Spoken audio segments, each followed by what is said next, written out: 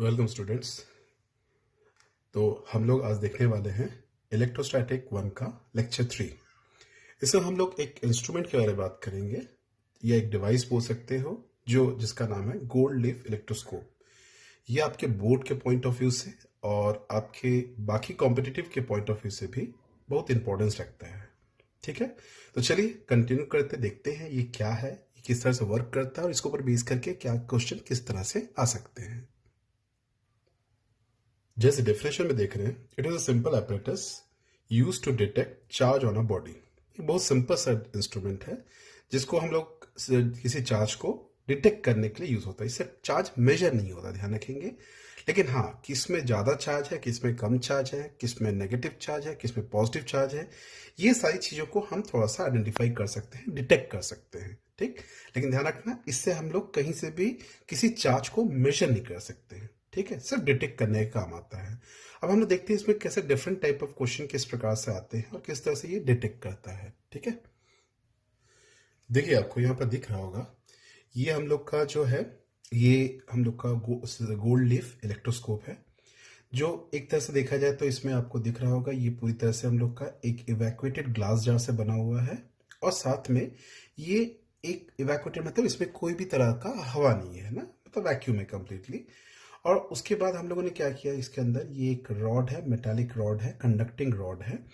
और ये conducting rod को हम लोगों ने एक इंसुलेटेड कैप से कवर करके रखा हुआ है। ये जो यहाँ पे इंसुलेटेड कवर है और ये जो रॉड है, रॉड के एंड में आपको ये गोल्ड लीफ दिख रहा है। लीफ का मतलब यहाँ पर मत समझना कि पत्ती पत्ती, वो जो पेड़ वेड़ का पत्ती होता है। लीफ का मतलब क्या हो रहा है, यहाँ पे पतले पतले जैसे पेपर्स होते हैं, उस पेपर की तरह से पतले पतले गोल्ड के फॉइल टाइप के हैं। ठीक है, और ये बेसिकली जब ये फैलता है तो इसको बोलते हैं डाइवर्ज होना। ठीक है, और जब ये नहीं फैलेगा तब ये नॉर्मल कंडीशन में हम लोग को ये पैरेलल ही रहेगा। ठीक है, अब आप देखेंगे एक सिंपल डायग्राम देखिएगा, इसको क्या होता है।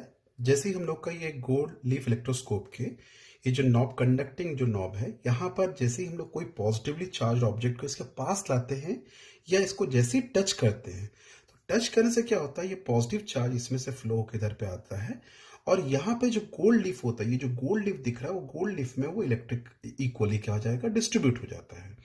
जैसे ही इक्वली डिस्ट्रीब्यूट हो जाता है तो यहाँ पे जो पॉजिटिव चार्जेस जो एक्युमुलेट होंगे इस जगह पर और इस जगह पे जो पॉजिटिव चार्जेस एक्युमुलेट होंगे, ये एक दूसरे को रिपेल करेंगे। जिसके कारण क्या होने वाला है, क्योंकि पॉजिटिव पॉजिटिव लाइक चार्जेस एक दूसरे को रिपेल करेंगे, जिसके कारण क्या होगा, ये गोल्ड लीफ जो है वो इस तरह से क्या हो जाएगा, डाइवर्ज होना चालू करेगा। बस यहां से ये जो डाइवर्ज होगा, इससे आप डिटेक्ट कर सकते हो कि कितना ज्यादा चार्ज है।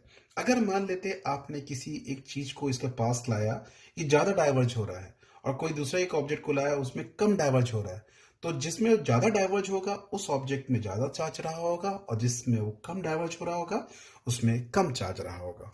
ठीक है, अब हम लोग ये भी चेक करने के लिए इसका यूज कर सकते हैं कि कोई ऑब्जेक्ट पॉजिटिवली चार्ज है या नेगेटिवली चार्ज है। ठीक है, अब एक नेक्स्ट केस देखिए, यहां पे हो ये रहा है कि आपने ऑलरेडी इलेक्ट्रोस्कोप के जो इस नॉब, कंडक्टिंग नॉब है, इस पर आपने एक पॉजिटिव चार्ज रखकर सपोज आपने इसको चार्ज कर दिया, जिसके कारण इनके दोनों लीफ में क्या होगा, डाइवर्जेंस हो गया, मतलब एक दूसरे से दूर हो गए।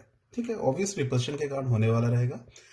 अब आपने इस जगह पर मान लेते हैं कोई एक चार्ज ऑब्जेक्ट लाए, सपोज चार्ज ऑब्जेक्ट लाया और इस चार्ज ऑब्जेक्ट को आपको पता नहीं क्या है। ठीक है, लेकिन ये चार्ज है, ये हो सकता पॉजिटिव चार्ज भी हो, ये हो सकता नेगेटिव चार्ज भी हो।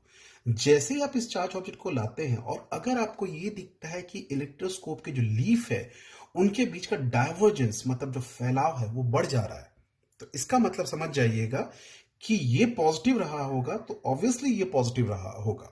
क्योंकि ये पॉजिटिव होने पर जब आप एक पॉजिटिव चार्ज को लाते हैं तो और पॉजिटिव चार्ज इसमें बढ़ जाएगा और बढ़ने के कारण इन लीफ में और ज्यादा रिपल्शन होने लग जाएगा, जिसके कारण इन लीफ के बीच का डाइवर्जेंस या डाइवर्जिंग नेचर जो हो जाएगा वो और बढ़ जाएगा।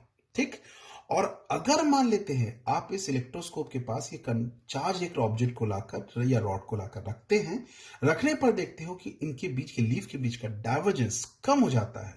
कम होने का मतलब ऑब्वियसली इनके बीच का चार्ज कम हुआ होगा और पॉजिटिव चार्ज को कम करने के लिए किसका यूज कर सकते हैं? ऑब्वियसली नेगेटिव चार्ज का। तो इसीलिए यहां पर ये बताता होगा कि ये रॉड तब क्या होगा, नेगेटिव चार्ज होगा। तो आप इस तरह से इलेक्ट्रोस्कोप से आप आइडेंटिफाई कर सकते हैं कि किस तरह से हम लोग किसी ऑब्जेक्ट में चार्ज है या नहीं है उसको पता लगा सकते हैं, कितना ज्यादा या कम है वो पता लगा सकते हैं, और चार्ज का नेचर भी पता लगा सकते हैं कि चार्ज पॉजिटिव है या नेगेटिव है। ठीक है, तो ये रहा हम लोग का एक बहुत इंपॉर्टेंट, बहुत छोटा सा टॉपिक, बहुत सिंपल सा टॉपिक बट बहुत important topic, gold leaf electroscope. तो चलिए हम लोग बाकी टॉपिक को अपन नेक्स्ट लेक्चर में देखेंगे। So bye, take care and have a nice day ahead.